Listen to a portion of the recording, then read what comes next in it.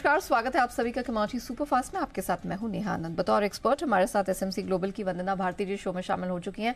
वंदना जी, good afternoon, बहुत स्वागत है। गोल्ड से शुरुआत करते हैं। आज सारी चमक, सारी रौनक तो वहीं पर है, क्योंकि बहुत तेजी से नए पे नए रिकॉर्ड हाइज बनते चले जा रहे हैं। 64,720 के पास, अभी इनफैक्ट 753 हो गया। अब यहाँ पर नया रिकॉर्ड हम बनता हुआ देख रहे हैं। तो जरा बताइए कि ये जो तेजी से जा रहा है, क्या कोई एंट्री का मौका यहाँ पे मिलेगा या अभी थोड़ा वेट करना होगा इसके रेजिस्टेंस छूने का?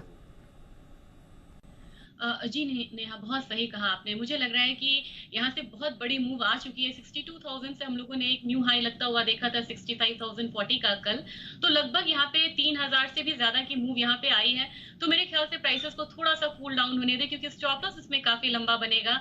लेकिन ओवरऑल देखा जाए तो गोल्ड का जो अभी जो सिनेरियो है नेहा, ये बिल्कुल अपसाइड का ही यहाँ पे रहना चाहिए। और कुछ डेटा रिसेंटली काफी यहाँ पे वीक होके आए थे और लग रहा है कि एक रेट कट यहाँ पे जून में हो सकता है। कुछ रीजंस हैं यहाँ पे बुलिश। मेरे ख्याल से अगर किसी को शॉर्ट टर्म में या मिड टर्म के यहाँ लिहाजे से यहाँ पे अगर बाइंग करनी है, उनको वेट करना चाहिए करेक्शन का। और जो इंट्राडे ट्रेडर्स हैं वो यहाँ पे बाइंग कर सकते हैं। 64,650 के करीब यहाँ पे बाइंग करें। और अभी भी मार्केट ऊपर की तरफ हो गई है, थोड़ा करेक्शन आने पे बाइंग करें। यहाँ पे लग रहा है इजिली प्राइसेस इस बार 65,000 से ऊपर स्टेबल होंगे। और स्टॉप लॉस किसके लिए लगाना होगा 64,500 का। और जो यहाँ पे बिल्कुल मिड टर्म का यहाँ पे सोच रहे हैं, उनके लिए मैं कहूंगी कि एक मौका आपको मिलेगा। यहाँ पे लेवल करेक्ट होके 64,000 तक आ सकता है। ओके, चलिए, तो जो ऑलरेडी बस पे बैठे हुए थे वो तो बिल्कुल अपनी जो यात्रा है वो जारी रखें, क्योंकि ये आपको 65,000 के पार जाते हुए दिखाई दे रही है। लेकिन जो फ्रेश एंट्री की सोच रहे हैं, थोड़ा सा करेक्शन का वेट करें तो रिस्क रिवॉर्ड रेशियो बेहतर होगा। तो क्या माना जाए, गोल्ड की जगह चांदी पे थोड़ा फोकस करें, क्योंकि ये भी पीछे पीछे थोड़ा बढ़ने का प्रयास कर रही है? जी नेहा, पिछले 5 ट्रेडिंग सेशन में 68,000 से हमने इसे 72,000 तक आता हुआ देखा है। गोल्ड सिल्वर रेशियो यहाँ पे वीक हुआ था इससे पिछले 2 हफ्तों में।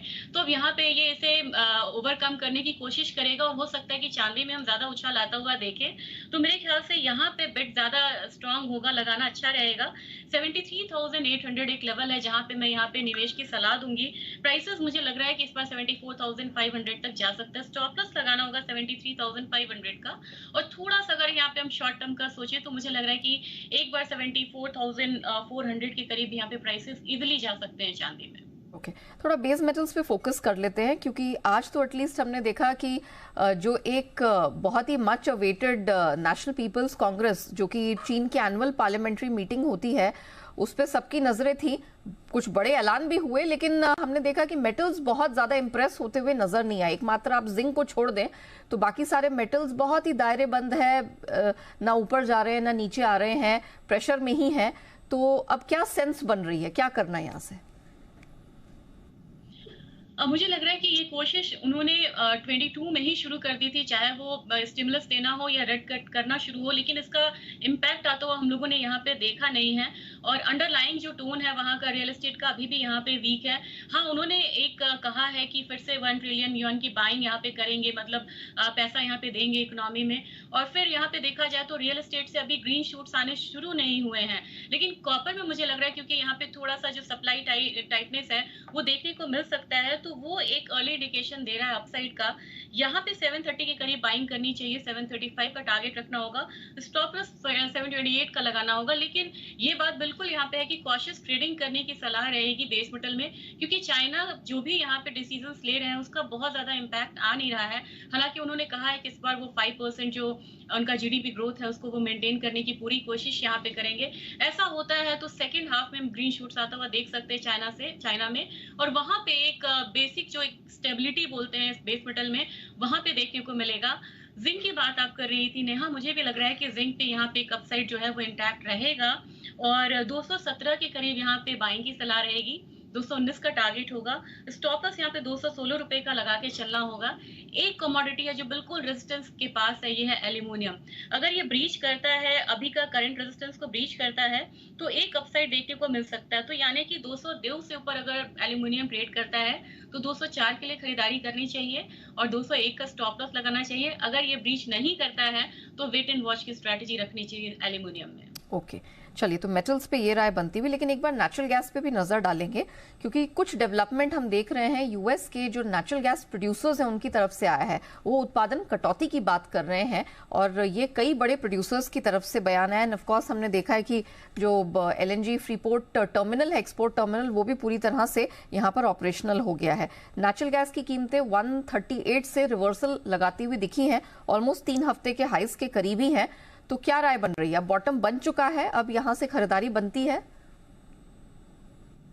या पूरे साइकिल में हमने देखा है, जब भी 100-110 के करीब जाता है तो डिमांड को यहाँ पे टाइट किया जाता है, सप्लाई टाइटनेस यहाँ पे देखने को मिलती है।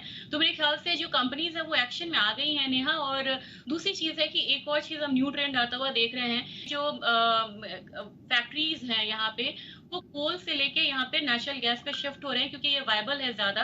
तो मेरे ख्याल से इसका इम्पैक्ट भी यहाँ पे आता हुआ हम देख सकते हैं। तो एक स्टेबिलिटी मुझे लग रहा है कि करंट मार्केट प्राइस से बनता हुआ दिख रहा है। 162 के करीब यहाँ पे बाइंग की सलाह दूंगी, 170 का टारगेट होगा, स्टॉप लॉस लगाना होगा 159 का। अभी भी बहुत कॉशियस ट्रेडिंग करनी होगी नेचुरल गैस में, क्योंकि 6% का अपसाइड मूव आता है, फिर 6% का डाउनसाइड भी आता है। तो यहाँ पे बिल्कुल इंट्राडे ट्रेडिंग करनी चाहिए, ओवरनाइट पोजीशन को कैरी नहीं करना चाहिए। और मुझे लग रहा है कि 7 से 8 रुपए तक का जो एक बढ़त है वो यहाँ पे फिर से देखने को मिल सकता है। ओके, क्विकली 10 सेकंड में मुझे बता दीजिए, कच्चे तेल में क्या करें? बहुत रेंज बाउंड है। बाइंग की सलाह रहेगी यहाँ पे 65.30 के करीब बाइंग, 66.30 का टारगेट, स्टॉप लॉस लगाना होगा 64.95 का। Alright, thank you so much Vandana ji, हमारे साथ जुड़ने के लिए और पूरे कमोडिटी मार्केट पर अपनी बेबाक राय दर्शकों के सामने रखने के लिए और बेहतरीन स्ट्रैटेजीज भी देने के लिए। इसी के साथ शो को हम यही रैप अप करते हैं, लेकिन बने रहिएगा जी बिजनेस के साथ। ब्रेक के उस पर आपके लिए लेकर आएंगे न्यूज लाइव।